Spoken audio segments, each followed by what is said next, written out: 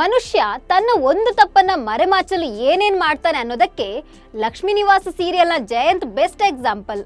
ಅಬ್ಬಾ, ಆತನ ಹುಚ್ಚಾಟ ಒಂದ ಎರಡ. ಸೀರಿಯಲ್ ನೋಡೋ ವೀಕ್ಷಕರಿಗೆ ಹುಚ್ಚು ಹಿಡಿಯುತ್ತಿದೆ.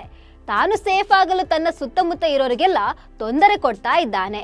ಇದೀಗ ಜಾಹ್ನವಿ ಅಜ್ಜಿಗೆ ತನ್ನ ರಹಸ್ಯ ಗೊತ್ತಾಯ್ತು ಅಂತ ಆಕೆಯನ್ನ ಮುಗಿಸಲು ಹೊರಟಿದ್ದಾನೆ. ಅಷ್ಟೊತ್ತಿಗೆ ಅಲ್ಲಿಗೆ ಜಾಹ್ನವಿ ಎಂಟ್ರಿ ಕೊಟ್ಟಿದ್ದಾಳೆ. ಹಾಗಾದ್ರೆ ಅಜ್ಜಿ ಕತೆ ಏನಾಯ್ತು? ಜಾಹ್ನವಿಗೆ ಸತ್ಯ ಗೊತ್ತಾಯ್ತಾ? ಸತ್ಯ ಗೊತ್ತಾದ ಜಾನು ಜಯಂತ್ನ ಸುಮ್ನೆ ಬಿಡ್ತಾಳಾ? ಈ ಬಗ್ಗೆ ಹೇಳ್ತೇನೆ. ನಾನು ಶ್ವೇತಾ. ನೀವು ಸುದ್ದಿ ಅನ್ನದ ಸಬ್ಸ್ಕ್ರೈಬರ್ ಆಗೋದಕ್ಕೆ ಮರಿಬೇಡಿ.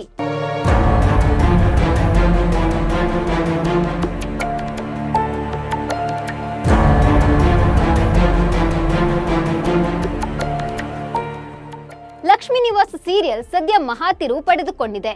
ಜಾಹ್ನವಿ ಮನೆಗೆ ಬಂದ ಅಜ್ಜಿಗೆ ಜಯಂತ್ನ ಹಳೆ ಕತೆಗಳು ಗೊತ್ತಾಗಿದೆ. ಅಜ್ಜಿ ಜಯಂತ್ನ ಮಾತು ಕೇಳಿ ಸುಮ್ನೆ ಇರ್ತಿದ್ರೆ ಏನೋ ಆಗ್ತಿರ್ಲಿಲ್ವೇನೋ. ಆದ್ರೆ ಅಜ್ಜಿ ಬಾಯಿ ಸುಮ್ನೆ ಇರ್ಬೇಕಲ್ವಾ? ಇದನ್ನ ಜಾಹ್ನವಿಗೆ ಹೇಳೇ ಹೇಳ್ತೀನಿ ಅಂತ ಹೊರಟಿದ್ದಾಳೆ. ಆಗ್ಲೇ ಅಜ್ಜಿ ಕತೆ ಫಿನಿಶ್ ಅಂತ ವೀಕ್ಷಕರು ಹೇಳಿದ್ರು. ಅವರು ಹೇಳಿದಂತೆ ಈಗ ಆಗ್ತಿದೆ. ಸೈಕೋ ಜಯಂತ್ ತನ್ನ ಸತ್ಯ ಎಲ್ಲಿ ಹೊರಗೆ ಬರುತ್ತೆ ಅನ್ನೋ ಭಯದಲ್ಲಿ ಅಜ್ಜಿಯ ಕುತ್ತಿಗೆ ಹಿಡಿದಿದ್ದ. ಆತ ಕುತ್ತಿಗೆ ಹಿಡಿಯುತ್ತಿದ್ದಂತೆ ಅಜ್ಜಿ ಪ್ರಜ್ಞೆ ತಪ್ಪಿ ಬಿದ್ದು ಬಚಾವಾಗಿದ್ಲು. ಹೌದು, ಅಜ್ಜಿ ಪ್ರಜ್ಞೆ ತಪ್ಪಿದ್ದನ್ನ ನೋಡಿ ಜಾಹ್ನವಿ ಆಸ್ಪತ್ರೆಗೆ ಸೇರಿಸಿದ್ದಾಳೆ. ಬಳಿಕ ಅಜ್ಜಿ ಪಾರಾಗಿದ್ಲು.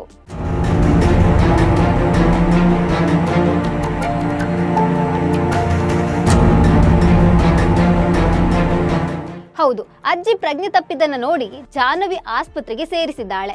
ಬಳಿಕ ಅಜ್ಜಿ ಹುಷಾರಾಗಿದ್ಲು. ಅಜ್ಜಿಯನ್ನ ವಾರ್ಡ್ನಲ್ಲಿ ಮಲಗಿಸಿದ್ದಾಗಲೂ ಜಯಂತ್ ಆಕೆಯನ್ನ ಕೊಲ್ಲೋದಕ್ಕೆ ಪ್ರಯತ್ನ ಪಟ್ಟಿದ್ದ. ಆಗ ಸಿದ್ದೇಗೌಡರು ವಾರ್ಡ್ಗೆ ಬಂದು ಅಜ್ಜಿ ಬಚಾವಾಗಿದ್ಲು. ಈಗ ಅಜ್ಜಿಗೆ ಡಿಸ್ಚಾರ್ಜ್ ಆಗಿದೆ.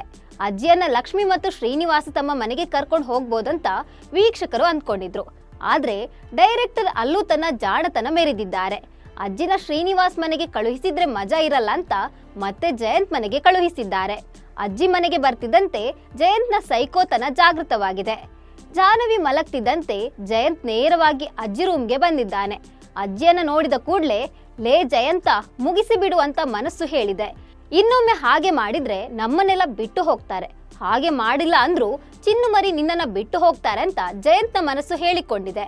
ಬಳಿಕ ಅಜ್ಜಿ ನಿಮ್ಗೊಂದು ದಾರಿ ತೋರಿಸ್ತೀನಿ ಅಂತ ವೆಂಟಿಲೇಷನ್ ಆಫ್ ಮಾಡಿದ್ದಾನೆ ಜಯಂತ. ಅಜ್ಜಿ ನೆರಳಲು ಶುರು ಮಾಡ್ತಿದ್ದಂತೆ ಜಾಹ್ನವಿ ಎದ್ದು ಅಜ್ಜಿ ರೂಮ್ಗೆ ಬಂದಿದ್ದಾಳೆ. ಹಾಗಾದ್ರೆ ಜಾಹ್ನವಿಗೆ ಸತ್ಯ ಗೊತ್ತಾಯ್ತಾ? ಅಜ್ಜಿಯನ್ನ ಸಾಯಿಸಿರೋದನ್ನ ಆಕೆ ನೋಡಿದ್ಲಾ? ಜಯಂತ್ ಮುಂದೇನು ಮಾಡ್ತಾನೆ?